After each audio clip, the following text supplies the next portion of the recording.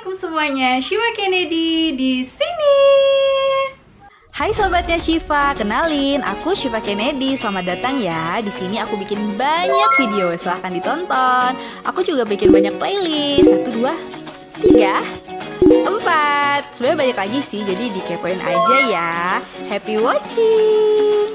Oh iya, jangan lupa subscribe dan nyalain loncengnya ya, biar dapat pemberitahuan setiap kali Shiva Kennedy upload video baru. Hai, jumpa lagi di YouTube channel Shiva Kennedy. Bagi teman-teman yang tadinya udah subscribe, pastinya dapat pemberitahuan tadi pas Shiva upload video baru. Dan bagi teman-teman yang belum subscribe, silahkan tekan tombol subscribe atau langganan dan aktifin lonceng atau notifikasinya, biar teman-teman dapat pemberitahuan setiap kali Shiva Kennedy upload video baru. Anyway guys, hari ini Shiva mau share ke teman-teman semuanya tentang belajar.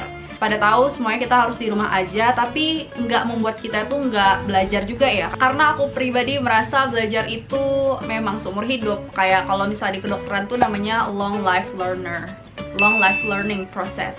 Dan kita adalah pembelajar selamanya gitu. Bahkan kemarin aku baru nonton video tentang seorang introvert yang berusaha belajar bagaimana berbicara dan bagaimana berkenalan dengan orang baru gitu. Bahkan untuk sekedar berbicara dan berkenalan aja, seorang introvert ini, teman aku yang bikin video ini, perlu belajar. Jadi dia mengatakan kalau kita tuh memang perlu belajar untuk apapun.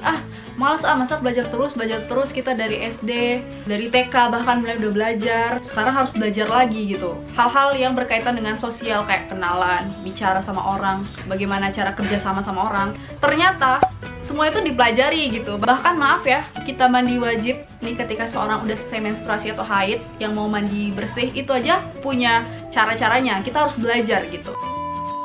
Nah, ngomong-ngomong belajar, ternyata nggak semua orang bisa cepat memahami ketika dia belajar sesuatu. Banyak juga dari kita yang suka belajar, sebenarnya yang rajin, tapi susah memahami pelajaran gitu. Kayaknya tuh susah masuk pelajaran untuk dicerna. Sebenarnya apa aja sih penyebab-penyebab atau faktor-faktor yang bisa buat hal itu terjadi? Oh iya, sebelumnya jangan lupa like videonya dulu dong, aku tunggu ya. 1, 2, 3. Bantu aku untuk terus semangat bikin video yang bermanfaat untuk teman-teman semuanya. Nah, faktor yang pertama adalah faktor dari diri kita sendiri atau faktor internal. Bagian faktor internal yang pertama adalah juga berhubungan dengan minat dan bakat seseorang. Misalnya nih aku minatnya misal di bagian pendidikan, di bagian kesehatan, terus aku membaca atau belajar tentang ilmu kelautan, yang mana aku tidak memiliki minat dan bakat yang banyak tentang hal tersebut. Mungkin aku akan lebih sulit mencerna, mungkin aku akan lebih sulit paham dibandingkan teman-teman yang punya minat dan bakat ke arah situ gitu. Jadi wajar aja kalau misalnya kalian mempelajari hal baru, kalian ngerasa agak gagal paham nih memahami hal tersebut atau memahami materi tersebut. Yang kedua adalah faktor motivasi belajar yang kurang. Ini juga berhubungan sama mindset kita. Gimana kita memandang suatu pelajaran itu, memandang suatu materi yang kita baca. Apakah kita udah mindset di kepala ini susah? Apakah ini gampang, coba aku baca satu-satu gitu. Sama kayak aku dulu, entah kenapa dari SMP, karena aku emang kurang suka matematika ya. Jadi walaupun setiap ujian nilai matematika aku lumayan gitu lah, di atas 8 ke atas lah gitu ya. Tapi untuk mempelajarinya tuh aku butuh susah payah. Misalnya teman aku cuma butuh 1 jam, aku bisa butuh 1 hari untuk belajar satu materi matematika gitu.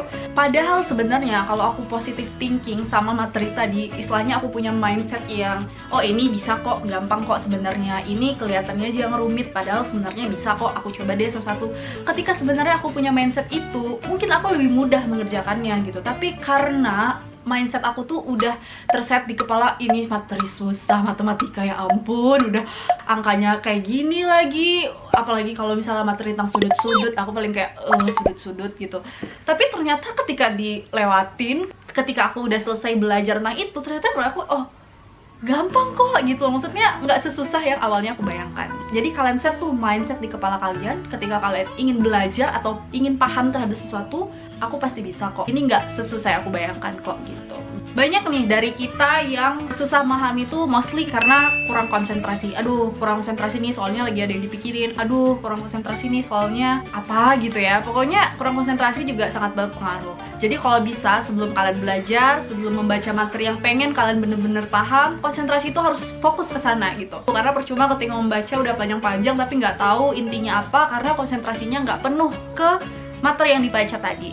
Terus yang berpengaruh juga adalah kondisi jasmania kita, kondisi fisik kita, entah itu lagi kurang fit, entah itu lagi nggak sehat, entah itu lagi sakit kepala, migrain, ataupun lagi demam, ataupun kita lagi dalam kondisi mengantuk. Nah itu juga bisa membuat kita kurang fokus juga ya, outputnya juga beda. Banyak sih orang yang kayak pengen belajar, pengen serius belajar, tapi ini mata nggak bisa ditahan, bener-bener deh. Tapi kalau soal ngantuk ini sih sesuaikan dengan kondisi kalian juga. Kalau misalnya memang lagi capek, memang lagi butuh tidur, ya udah tidur aja dulu gitu. Toh kalau misalnya kalian paksakan juga, karena hasilnya juga gak akan bagus gitu kan. Aku ada beberapa tips nih untuk teman-teman yang sering ngantuk kalau belajar. Yang pertama, lakukan gerakan-gerakan kecil. Jadi bisa aja sih kalian tuh ngantuk gitu, nggak fresh gitu gara-gara kurang gerak. Jadi aku pun kalau di kosan misalnya udah ngantuk ya, padahal ini masih banyak materi yang mau dipelajari, aku kayak gerak-gerak kecil, lompat-lompat sendiri gitu. Ini works di aku gitu. Jadi bagi teman-teman yang begitu juga boleh dicoba gerak-gerakan ringan saat belajar. Yang kedua adalah minum kopi atau teh. Ini nih kayak udah rahasia umum lah ya. Kalau mau nggak ngantuk, kalau mau melek, minum kopi atau teh. Tapi itu sebenarnya disesuaikan juga sih dengan kondisi kesehatan kalian. Jangan terlalu di-push juga, misalnya satu hari minum kopi 5 kali sampai kayak terlalu berlebihan, itu juga nggak baik. Tapi bolehlah sesekali, karena kopi murni ya, kopi yang nggak campuran aneh-aneh itu sebenarnya ada manfaat juga kalau aku baca untuk kesehatan pembuluh darah kita. Kalau misalnya kalian tidak dianjurkan dokter minum kopi karena misalnya ada penyakit-penyakit tertentu atau bisa men-trigger kalian bisa berdebar-debar dan sakit atau nyeri dada, kalian gak usah minum. Tapi bagi kalian yang oke dengan kopi atau teh, itu nggak masalah karena teh juga ada antioksidannya kan. Tapi jangan di-push, ingat, jangan di-push. Dan kayak aku minum kopi misalnya pagi ini sampai besok pagi, malah tuh kayak aku masih agak sedikit berdebar-debar gitu. Dan ada kopi-kopi tertentu yang aku nggak bisa minum gitu. Tapi kalau misalnya aku memang harus belajar ujian dan aku harus melek sampai tengah malam, biasanya aku minum teh atau kopi. Yang ketiga, kalau mengantuk aku harus maksimalkan cahaya. Maksudnya aku harus bikin cahayaku tuh terang. Jadi kalau misalnya di kamar mungkin nggak terlalu terang ya, aku butuh cahaya tambahan atau kayak lampu meja gitu. Terus untuk tips selanjutnya menghilangkan kantuk itu bisa dengan cuci muka pakai air dingin. Di sini maksudnya bukan pakai air es ya. Coba deh basuhin muka kalau misalnya muslim berwudu. Nah itu juga salah satu tips sih bagi aku karena itu works di aku. Bahkan temen aku nih, salah satu cara, mungkin kalau kalian nonton video ini kalian tahu kalau salah satu tips dia biar nggak ngantuk ketika belajar itu adalah dengan ngambil ember nih, 2 ember. Yang ember itu diletakin untuk ngerendam kakinya, kedua kakinya. Jadi kan dia baca, terus kakinya itu dua-duanya dikasih air gitu, pakai ember tadi. Jadi kayak dingin kan? Gak tahu sih, tapi itu katanya works di dia. Kalau misalnya kalian mau coba, silahkan coba. Terus selanjutnya adalah hindari belajar di atas kasur. Ini kayak bener-bener asli deh. Aku kalau udah belajar di atas kasur itu 1 jam paling lama tuh udah kayak, aduh, rasanya kayak ditarik-tarik gitu badannya, pengen tidur. Jadi kalau bisa usahakan jauh-jauh lah dari kasur kalau kalian lagi belajar kan. Gangguan fisik lainnya adalah gangguan penglihatan dan gangguan pendengaran. Mungkin ada dari kita yang matanya minus atau silindris. Itu juga berpengaruh sih dalam hal pemahaman pelajaran. Karena banyak juga anak-anak ternyata yang turun tingkat prestasi atau tingkat kemampuan dia belajar di sekolah ternyata karena matanya minus dan dia tuh nggak sadar. Jadi dia kalau udah duduk di tengah gitu, dia udah nggak bisa ngelihat papan tulis kecuali dia bener-bener duduk di depan gitu. Kadang dia nggak tahu kalau dia tuh ternyata matanya minus. Jadi ya usahakan kalau misalnya memang kalian ada gangguan mata minus ataupun silindris atau gangguan mata lainnya, memang harus dikonsulkan ke dokter. Konsulkanlah ke dokter gitu, biar kalian juga belajarnya nyaman, nggak ada gangguan karena ketidaknyamanan melihat tadi gitu. Nah, untuk yang lain biasanya juga ada gangguan pendengaran, mungkin karena kebiasaan memakai headset juga. Jadi ada batas waktu dan batas intensitas, desibelnya berapa.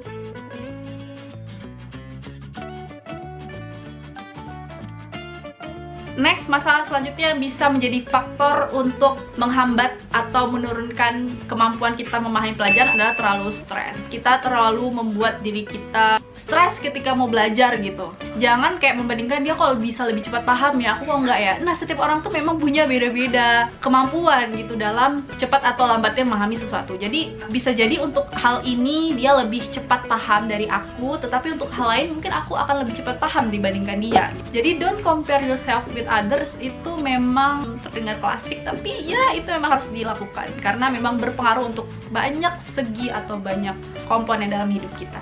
Yang terakhir untuk faktor internal adalah kita tidak tahu tujuan kita tuh belajar apa. Sama kayak kita mau pergi ke suatu tempat, kalau misalnya kita ada panduan, kita ada target mau kemana, kita nggak akan muter-muter loh. Makanya di setiap buku atau modul-modul itu ada tujuan pembelajaran. Jadi kita fokus aja tuh ke tujuan pembelajaran itu.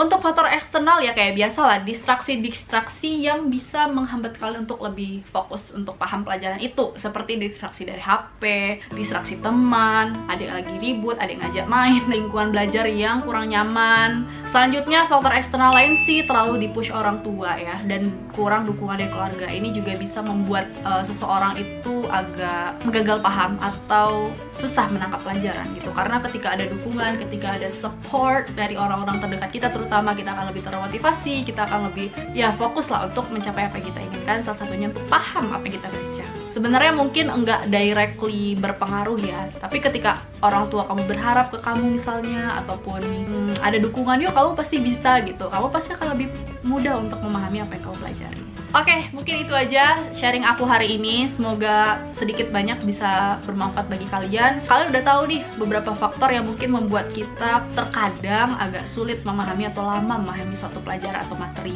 Jadi tolong diidentifikasi sendiri-sendiri, kira-kira apa nih yang membuat aku pribadi agak susah atau agak lama memahami pelajaran. Kalian mungkin bisa mengevaluasi diri kalian dan mengintrospeksi diri kalian dan melakukan hal-hal yang bisa menyelesaikan permasalahan itu.